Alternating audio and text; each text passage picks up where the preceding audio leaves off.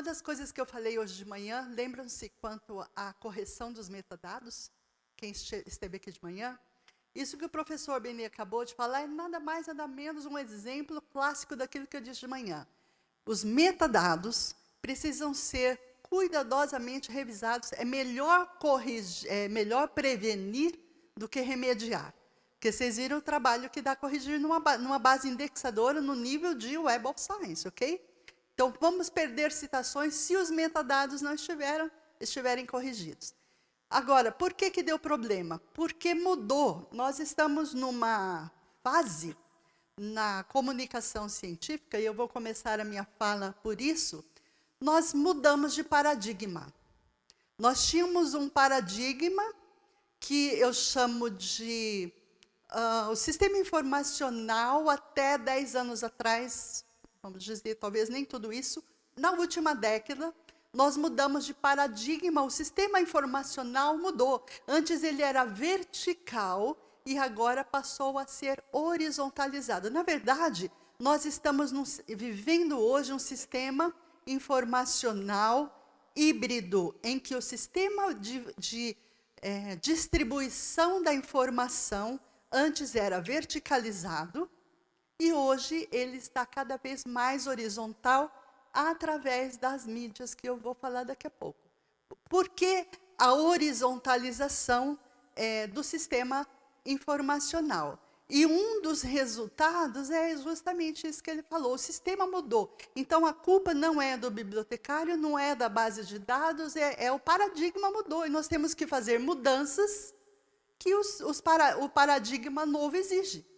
E uma das mudanças é essa, não tem mais fascículo e não tem mais paginação. Antes, quando nós publicávamos a revista impressa, no sumário da revista, o primeiro artigo, era a página 1 a 15, o segundo artigo, página de 16 a 25, o terceiro artigo de 26, por quê?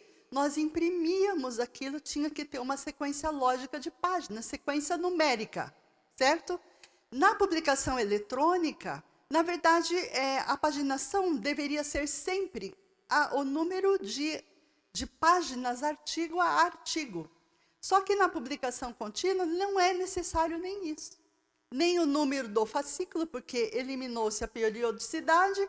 Na publicação contínua, eliminou-se a fasciculação, quer dizer, não existe mais fascículo, é um volume anual em que se publica o artigo dentro do volume anual, na sequência, artigo 1, 2, 3, 4 e 5, e não tem número de páginas sequencial. Por quê?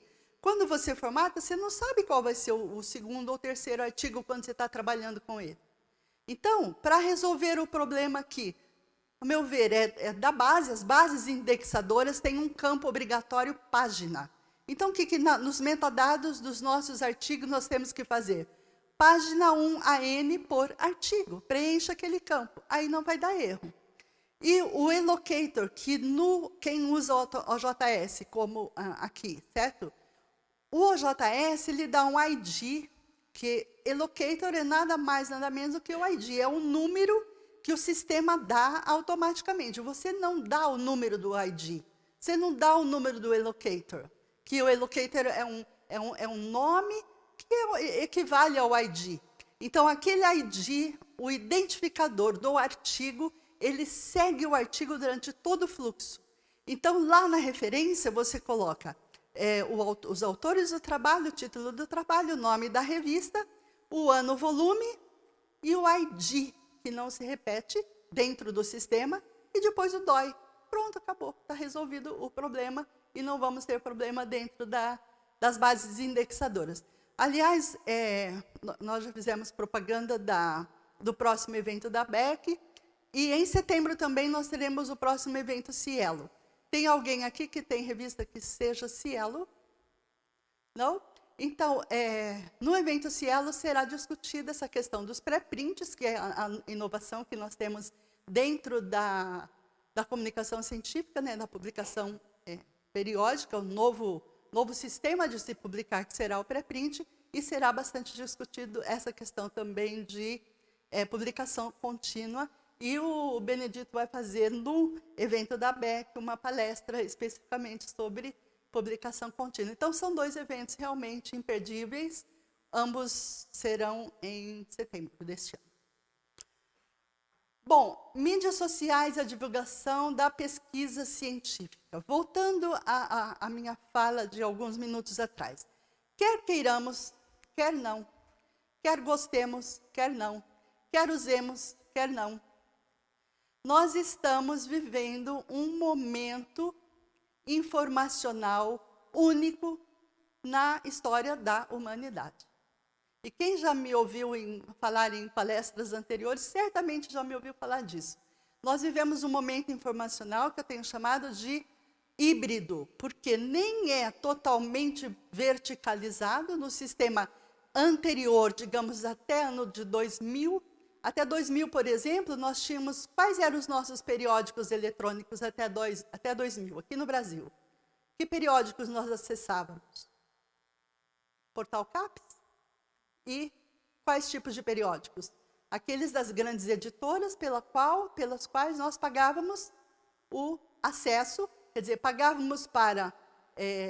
o governo paga a pesquisa, o governo pagava as escolas, né, os programas, pagavam as pesquisas, os artigos, pagam em dólar para publicar o artigo na revista internacional, as bibliotecas assinavam as revistas em papel, que eram caríssimas e vinham num custo bem alto para as bibliotecas. Aí os pesquisadores pagavam pelo comute, as cópias, né, o que nós vivíamos até 2000, pagava comute, aí você, às vezes conseguia, às vezes não. Nós não tínhamos no Brasil as dissertações e teses online, como nós tínhamos hoje, falando isso em 2000. Então, o que acontece? Esse sistema que nós vivíamos até 2000, eu chamo o sistema informacional vertical, porque ele era feito de um para todos. Os distribuidores da informação científica eram poucos para o mundo inteiro. Daí, 2 palavras-chave definem esse sistema informacional. Copyright e o pagamento da assinatura, e você só tinha o acesso, você não tinha a posse do documento, tá certo? Aí o que acontece? Surgiu o sistema nosso, o Cielo, ele antecede ao movimento de acesso aberto que está assim, crescendo no mundo dia a dia. O que é o acesso aberto à informação científica, onde começou essa horizontalização, ou essa divulgação, ou essa disponibilização na web da produção científica internacional? Esse movimento chamou-se acesso aberto à informação científica, onde se começou a importância de se horizontalizar a distribuição dessa informação. Então, não seriam mais editoras comerciais somente vendendo para nós aquela informação que nós mesmos tínhamos produzido.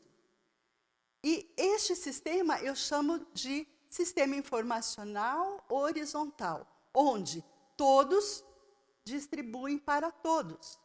E está atrelado ao movimento de software livre. Então, deixou de ser somente o Windows e passamos a usar Linux, certo? Então, outros sistemas gratuitos que foram atrelados ao movimento de acesso livre. Então, o acesso aberto à informação científica, ele começou baseado nesse movimento de acesso livre também aos softwares, ao desenvolvimento dos softwares open source, ok? Bom, acho que como introdução é isso que eu gostaria de falar.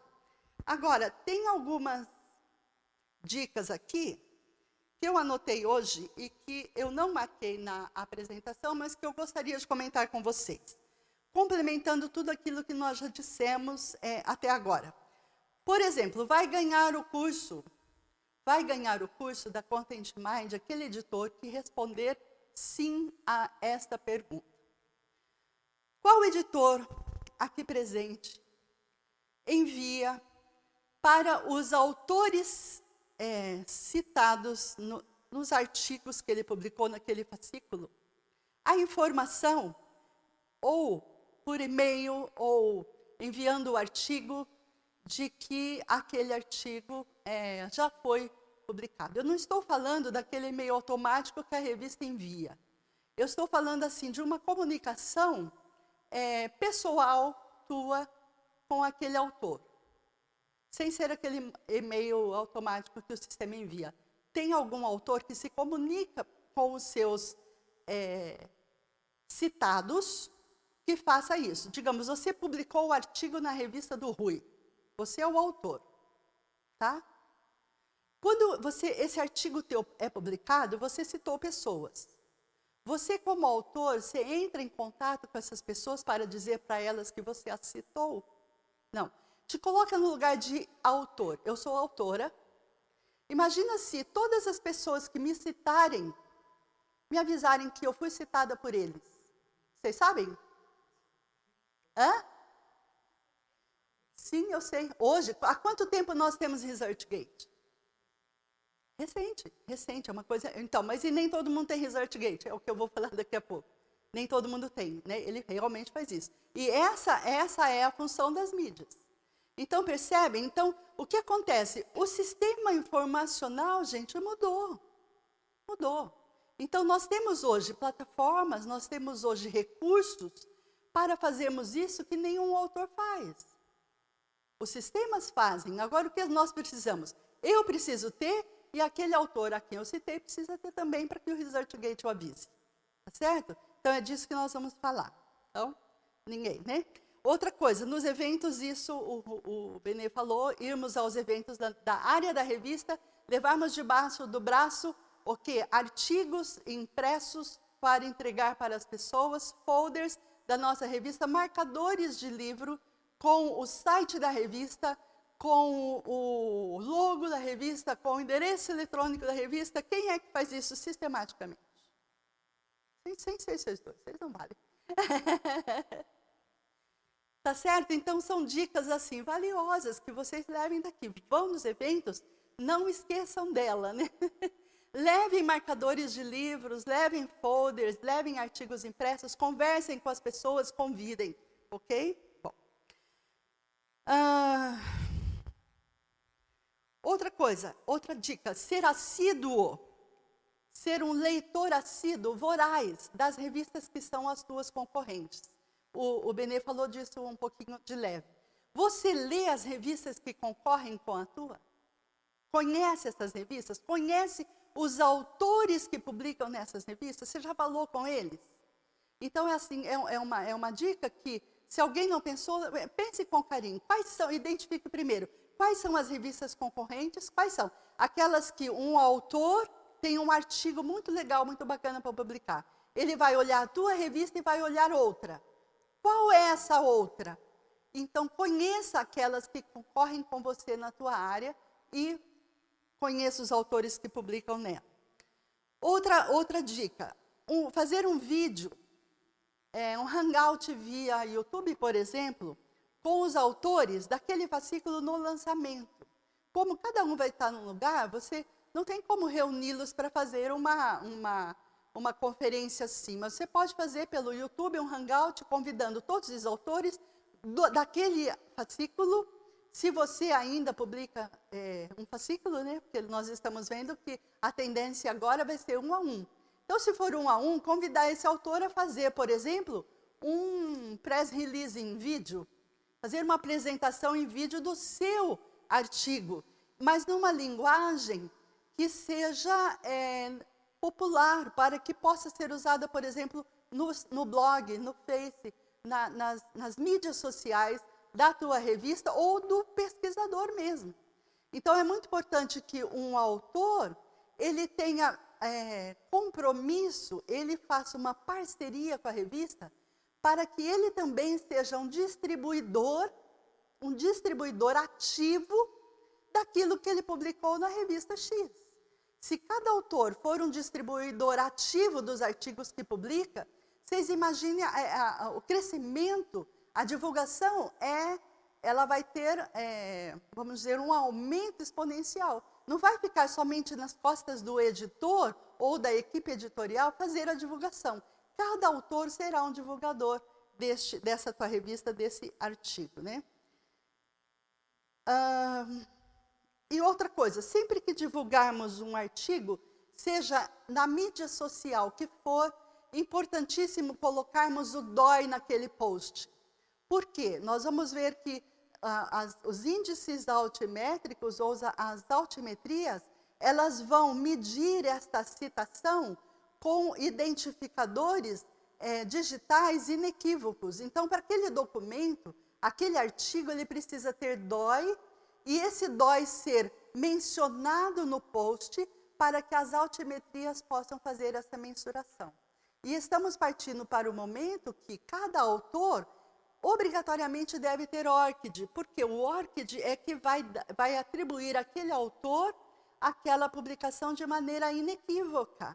Mesmo que você tenha um homônimo, se você tiver DOI, aquela publicação com aquele código de ORCID que identifica o autor e o DOI que identifica o documento, então esta citação, ela vai ser indexada pelos robôs da Web of Science, da Scopus e de outros indexadores que têm robôs automáticos que fazem isso. Então, o paradigma mudou nesse sentido. Nós precisamos entender quais são as mudanças e nos adaptarmos a elas de tal forma que nós não sejamos prejudicados, como estava sendo prejudicada no número de citações e de fator de impacto pelo erro do quê? Não tinha o DOI na referência. Não é? Eu sei que a 6023, a norma da ABNT para referências, ela está em fase final para ser republicada, vão haver modificações, e eu tinha enviado a sugestão, e isso chegou lá para esse comitê que está fazendo essa avaliação, de que, desde que aquele documento tenha DOI, ele seja obrigatório aparecer na referência, porque é o identificador que vai fazer em qualquer norma, essa identificação inequívoca daquele documento, por causa de quê? Dos indexadores automáticos. Tendo DOI, não tem erro, tá certo? E o campo página, como atualmente ainda é obrigatório na maioria dos indexadores, você não precisa colocar página contínua. Põe a página 1 a 25, 1 a 20 do artigo, no campo página. O campo página não pode ficar vazio. E você também não pode pôr um número só, como aconteceu no caso que o Benê mostrou aqui, só página 20. Não, não é 20, é de 1 a 20. Então, o campo tem que estar completo e completo de maneira correta, porque os indexadores automáticos, eles não vão raciocinar. Então, se não tiver número, hífen, número, está errado, ele não conta, tá certo? Então, vamos lá. Aqui já falei de manhã. Também na Content Mind, esse folder que vocês receberam, vocês vão ver lá, que temos 2 cursos que também cobrem a área dessa palestra. O primeiro deles é a presença do pesquisador na web. Veja bem, nós vamos falar agora sobre as mídias sociais e a divulgação científica. A divulgação da produção de uma revista começa por onde? Pelo autor. Se o autor ele não está bem, não tem uma boa presença na web, não é a revista que vai dar a ele isso. Então, nós precisamos ter autores que tenham uma presença marcante na web, nessas mídias, para que realmente funcione isso. Então, esse primeiro curso, ele trata de presença na web do pesquisador. Então, o que o pesquisador tem que ter para que ele tenha uma boa presença na web? E o segundo curso é sobre uma cultura digital online, quer dizer, as principais ferramentas que nós temos hoje. Que são essas aqui. Eu, autor, sou um ser digital? Você poderia me ajudar, por favor? Quais são as ferramentas que eu uso? Eu faço uso pessoal e faço uso acadêmico. Então, essas são as principais. Existem infinitas. Eu selecionei as principais. E as que estão em vermelho do lado acadêmico são as mídias sociais das quais nós vamos falar e dar exemplo. Então, vai ganhar o curso quem tem tudo isso. Quem tem, ganhou o curso. Quem usa todas? Todos? Perdeu pelo Figshare? O Figshare, o que é o Figshare? Ele é um repositório daquilo que nós não publicamos. Você pode pôr nesse repositório tanto os dados da tua pesquisa, ele é um repositório de dados, como você pode publicar, por exemplo, as suas apostilas que você fez para as disciplinas, para distribuir para os teus alunos, os teus PowerPoints. Então, o PowerPoint dessa palestra que eu posso depositar no Figshare. E o Figshare ele tem uma vantagem, você pode dar DOI gratuitamente para o que você publicar no Figshare, daquilo que não vai ter DOI. Por exemplo, não vai ter DOI a palestra que eu estou fazendo aqui hoje, esse PowerPoint, tá certo? Eu posso atribuir um DOI a essa publicação, se eu depositar no Figshare, e eu posso colocar isso lá no meu Orchid, como produção, porque é uma produção essa palestra, certo? Então, não? Ixi, então nós vamos ter que fazer o sorteio mesmo. Então, o uso pessoal está aqui nessa coluna à esquerda. Quando é que nasceu o Facebook? Quem sabe? Que ano? Que ano? Lembram-se? Entre 4 e 5. Lembra? Foi Orkut e o Facebook praticamente uma semana de diferença. Tem até aquele filme não é? Do Mark Zuckerberg, aquela briga toda. Então, vejam bem, 2004, 2005. Então, até 2005, nós não tínhamos esta ferramenta. Tínhamos o YouTube? Também não. Tínhamos o WhatsApp? Também não. Não existiam essas coisas. Então, veja bem, quanto tempo nós temos? Quer dizer, de 2005 a 2015, 10 anos, então temos 12, 13 anos que nós temos essas ferramentas. Para que nasceu o Facebook ou Orkut? Farra de alunos, de faculdade, para marcar festa, balada, não é isso? Então, no começo, Facebook era coisa da meninada, dos adolescentes. Então, era para eles trocarem fotos de namorada, gatinho, cachorrinho, essas coisas. Então, o uso do Facebook, até bem pouquíssimo tempo atrás, ele era bem, digamos, nada acadêmico. Mas hoje não mais. Então, essa ferramenta, por ser aberta, livre, gratuita, passou a ser também uma ferramenta que hoje, Nature, Science, certas principais revistas do mundo, as top 100 do mundo, as revistas, todas elas têm fanpage no Facebook, tá certo? As associações, por exemplo, a ABEC tem a sua fanpage. Na fanpage da ABEC, na fanpage da UNASP, estão sendo transmitidas essas palestras. Então, o que acontece? O paradigma mudou. O que nós estamos fazendo aqui?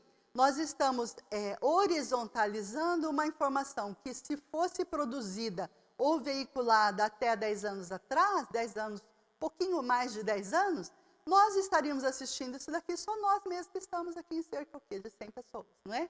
Não teria como, a não ser que nós filmássemos e depois publicássemos ou enviássemos para essas pessoas que não estavam presentes. Mas hoje nós estamos aqui, a última vez que eu vi ali, nós tínhamos 188 pessoas conosco online assistindo o que nós estamos aqui apresentando. Tá certo? Então, o que prova isso? Prova que nós estamos vivendo um momento informacional diferente. As coisas mudaram e nós temos que mudar. E a comunicação científica tem que mudar. Depende de quem? De nós editores. Então, se nós temos hoje as mídias sociais, as ferramentas que nós temos para divulgação de tudo aquilo que nós publicamos nas nossas revistas, por que não utilizarmos? Por que não? E de uma maneira inteligente, de uma maneira correta, de uma maneira que alcance o público-alvo. Não nos é cobrado, por exemplo, que para que a nossa ciência, a ciência que nós produzimos, ela tem chegado bem pouco na sociedade, ou na ponta final do usuário. Então, é a sociedade quem nos paga, que paga as nossas pesquisas, e como é que nós estamos devolvendo para a sociedade toda aquela nossa produção? Através das mídias sociais, nós poderíamos fazer isso, desde que os editores coloquem numa linguagem própria, para atingir cidadãos comuns aquilo que nós estamos produzindo. Então, é basicamente essa a fala que eu tenho para deixar aqui com vocês.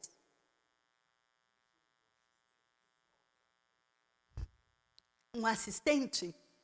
Na verdade, o que acontece? Eu fiz uma lista pequena daquilo que eu entendi que é principal.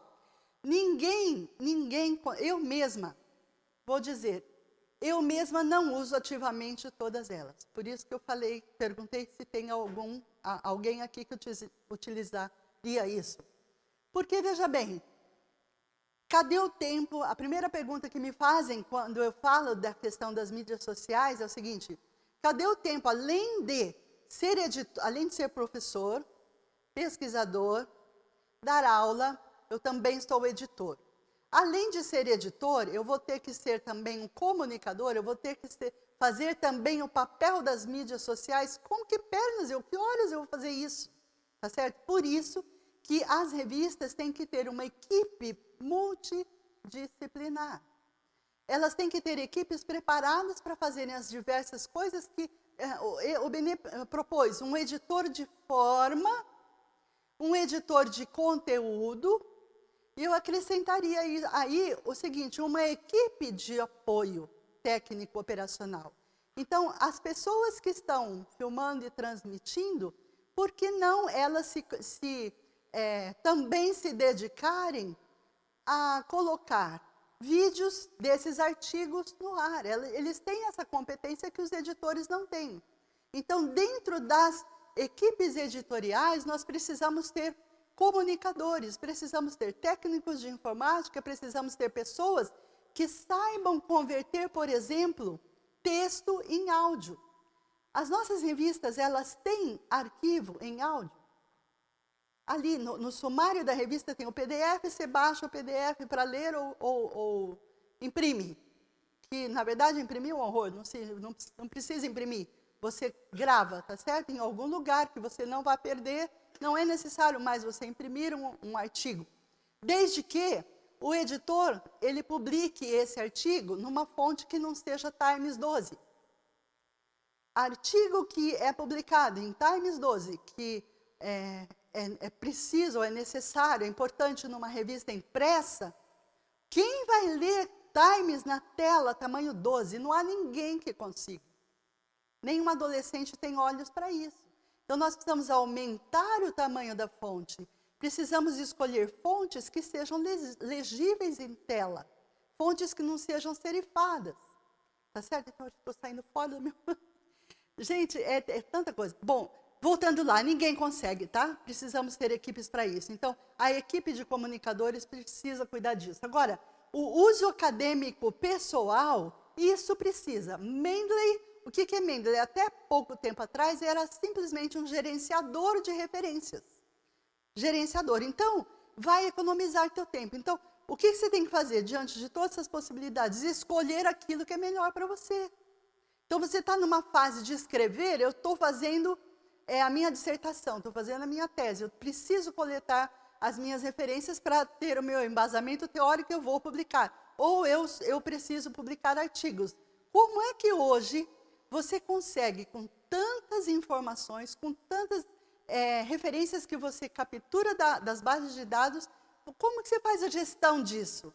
Acabou aquele tempo de você escrever num cartão de papelão, numa fichinha, fazer o fichamento. Não é assim que a gente falava, né?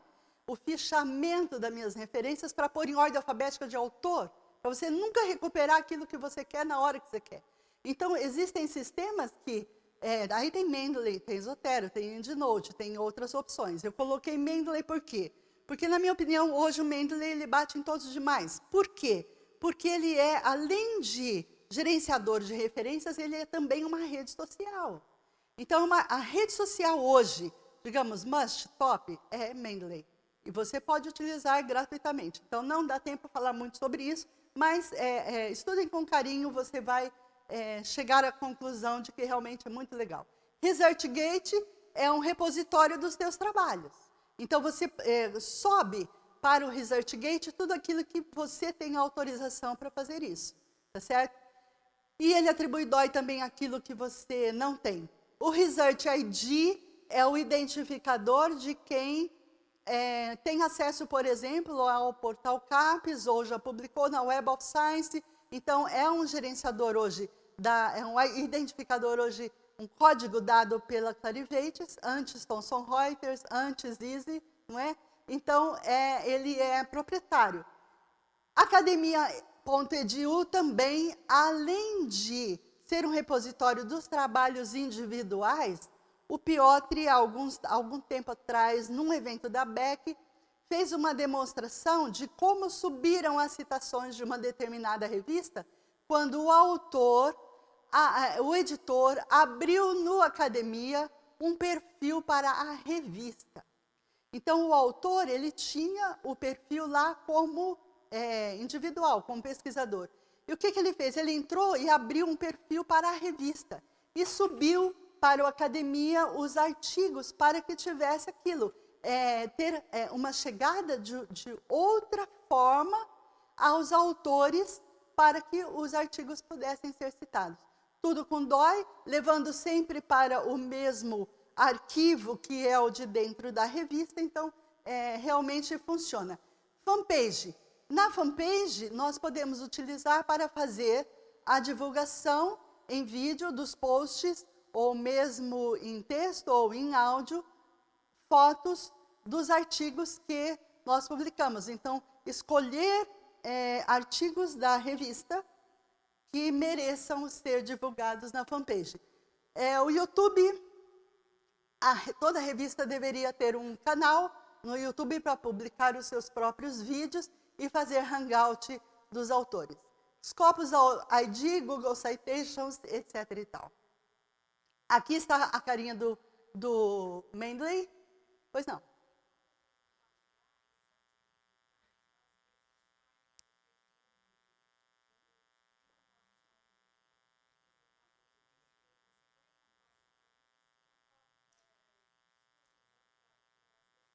Isso. Eu estou chegando lá. Exatamente. É muito importante, porque olha, o tema dessa palestra é o quê? Mídias sociais e divulgação da produção científica. Então, o Facebook é um dos canais. Só que você não pode publicar no Face um post na mesma linguagem do artigo que você vai atingir o mesmo público. Digamos, vamos ver um exemplo recente. Pesquisa de Zika vírus no mundo. Então, teve aquela, não é? No mundo inteiro, todo mundo só falava em Zika, muitos países entrando em parafuso por causa de Zika. Ok. Então, se no Facebook você coloca numa linguagem acadêmica ou científica o que foi publicado naquele artigo sobre Zika, você não atinge ao leigo. Então, você transformando aquela linguagem, aquele resumo, fazer um press release daquele artigo que você publicou numa linguagem que o público leigo entenda, então você vai atingir um público realmente muito maior. Então, o Mendeley, ele é um gerenciador de referência e também uma rede social acadêmica. E aqui tudo aquilo que o Mendeley faz. Como o artigo, os slides vão ficar aí com vocês, eu não vou ater a todas essas funcionalidades dele.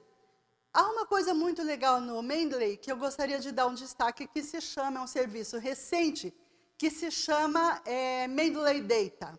O que é o Mendeley Data? É uma caixinha dentro do Mendeley, onde você sobe aquelas tabelas que você utilizou na sua pesquisa, aqueles dados que você coletou, em qual formato seja. Quando você fez uma pesquisa de campo, por exemplo, quais são os dados? Aquelas suas planilhas das quais você tabulou teus dados, os teus dados de pesquisa, seja em que formato forem, você pode subir numa caixinha especial dentro do Mendeley, diferente daquela caixinha que você subiu o artigo, o trabalho, para poder linkar esses dados àquele artigo, 5 minutos, aquele artigo que você vai publicar. Vocês riem, não queiram estar na minha pele. Eu tenho tanta coisa para falar ainda. Então, vejam bem, Mendeley Data, ok? Muito importante. Aqui estão alguns features, quer dizer, algumas funcionalidades do Mendeley Data, ok? Cheguem lá e vocês riem? Estou compartilhando aqui algumas telas de uma amiga que se chama Juliane Takahashi, provavelmente ela está nos assistindo.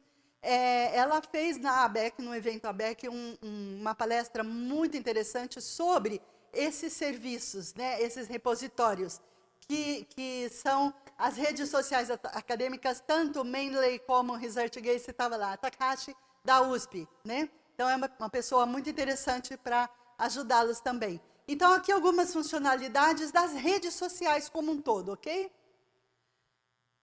Aqui, ó, além da gestão e compartilhamento de referências, você compartilha tópicos de interesse e habilidades em comum e, principalmente, gera métricas. Então, à medida que você publica e você recebe likes e você recebe citações e compartilhamentos a partir dessas ferramentas, dessas mídias sociais todas, existe um sistema que se chama Altmetric.com. Essa ferramenta está contabilizando esses acessos, esses likes, esses compartilhamentos, para que a tua revista tenha um índice altimétrico.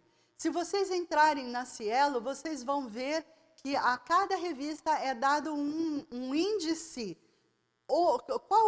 Qual é a posição que aquela revista tem nessa nova maneira de medir, não as citações, mas os likes, os compartilhamentos, os comentários em tudo aquilo que você publicou nas redes sociais ou nas mídias sociais, né? Rede é um termo já defasado. O ResearchGate é outra fonte, é um repositório também, que também fornece o DOI para aquilo que não tem e que não terá. Muito importante, você precisa verificar se aquele artigo que você vai subir, seja para a academia, seja para ResearchGate, Zotero também faz isso, outros sistemas que você vai subir e que vai te dar DOI, você precisa verificar se realmente já não tem DOI aquele documento, porque senão você vai duplicar o DOI para o mesmo documento e vai complicar ao invés de facilitar.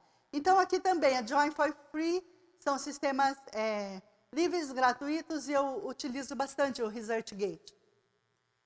ResearchGate, então, atribui DOI, é muito interessante para pesquisador em início de carreira, porque ele vai se conectar aos demais interessados que já estão no ResearchGate dentro daquela área específica do conhecimento. E uma coisa que tenho feito bastante, que eu gosto muito, como é que você conhece outras pessoas, principalmente de outros países que têm exatamente os mesmos interesses que você?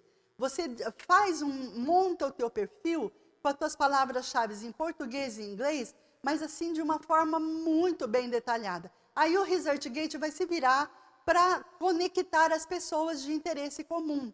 E existe uma caixinha dentro do ResearchGate que são aquelas perguntas que você lança lá e outras pessoas vão responder aquelas perguntas. Então, existem temas de discussão que perguntas do mundo inteiro são feitas e você pode responder no teu idioma mesmo, na tua língua mesmo, que o ResearchGate dá um jeito de fazer a tradução. Então, dessa forma, você amplia a tua rede de contatos com pessoas que têm os mesmíssimos interesses que você, através dessa rede social. Então, aqui outras funcionalidades. Aqui o Research ID, que eu disse que é da Thomson Reuters, hoje que é Larivates.